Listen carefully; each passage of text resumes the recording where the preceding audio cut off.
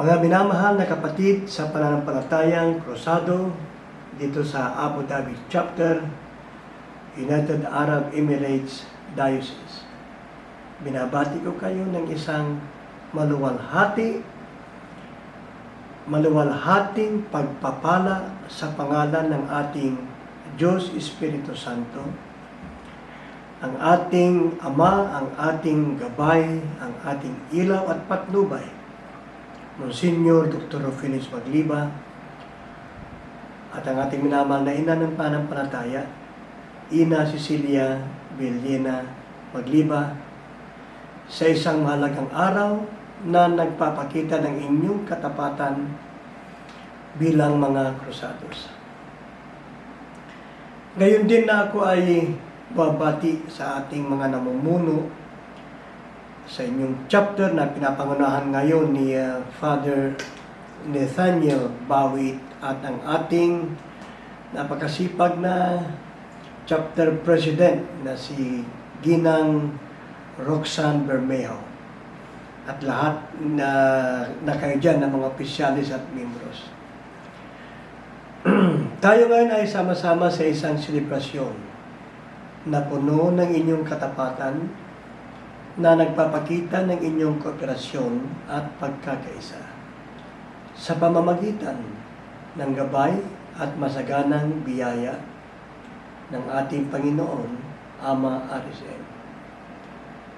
Tunay nga na tayo ay nagpapasalamat sa patuloy at walang humpay na pangunguna ng ating Ama sa lahat ng ating mga ginagawa at gagawin pa.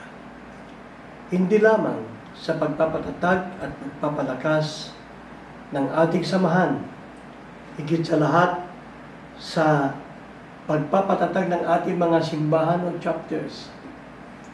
4 na chapters na ngayon tayo dyan.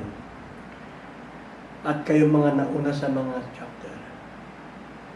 Ayon nga sa banal na kasulatan, maliban nga na ang Diyos ang magtatag nitong bahay, ang ginagawa ng nagtayo ay walang kabuluhan. Ayon sa libro ng Awit, Kabanata 127, talata 1. Kaya nga ba tayo ay nagpapasalamat sa ating Diyos Espiritu Santo, Ama RSM, sa kanyang wagas na pagmamahal at paggabay sa atin, lalo na sa CDCC PI Abu Dhabi Chapter. Kaya nga kayo ay nakapagdiriwang ngayon ng ika-13 anibersaryo. Di ba? Bilis ng panahon. Na kung ating babalikan ang inyong nakaraang mga taon, marami tayong mga pagsubok na inyong pinagdadaanan upang maisulong ang inyong pananampalataya bilang mga krusados. Yan yung tinatawag nilang your patience and resilience.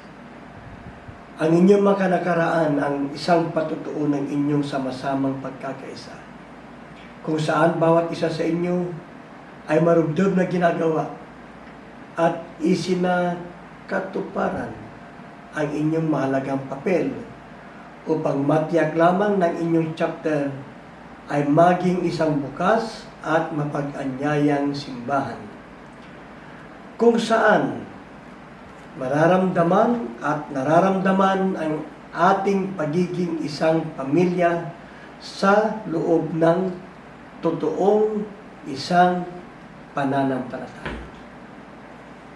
Ang selebrasyon ng inyong ika-13 anibersaryo ay nagpapakita ng bagong simula upang lalo pa na naman ninyong maayos na magampanan ang inyong pagiging isang krusado.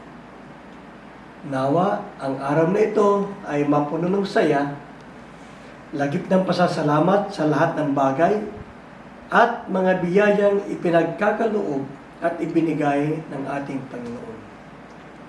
Tunay nga na ako ay lubos na natutuwa at nagpapasalamat sa inyong chapter. at bilang inyong punong administrador. Sa pananampalatayang ito, Crusaders of the Divine Church of Christ, aking ipinahahayag ang patuloy na pagsuporta sa lahat ng inyong mga plano at programa. Nawa, sa pamamagitan ng inyong chapter ay may pakita natin sa buong mundo ang inyong kapuri-puring pagmamalaki bilang tunay na mananampalatayang krusado o kaya yung tinatawag na True Proud Cruzados sa nag-iisang tunay na simbahan o pananampalataya na itinatag ng Diyos. Muli, aking ibinibigay sa inyo ang patuloy na panalangin, lakip ng pagbabasbas para sa walang humpay na pagpapala ng ating Panginoong Diyos Espiritu Santo, Ama Monsignor Dr. Rufinis Pagliba, kasama rin ang panalangin na muli ay patuloy tayong magkaroon pa ng maraming anibersaryong gaganapin para sa Abu Dhabi chapter. Binabati ko kayo at ang bendisyon ng Ama ay sumasa inyong lahat. Kasama na riyan ang inyong mga pamilya na kahit na wala dyan sa inyo, malayo man sila.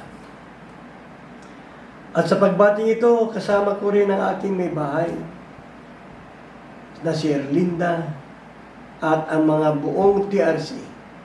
Binabati ko kayo ng maligayang anibersaryo sa inyong lahat. Mabuhay ang krusado, mabuhay si Ama, mabuhay ang Abu Dhabi chapter.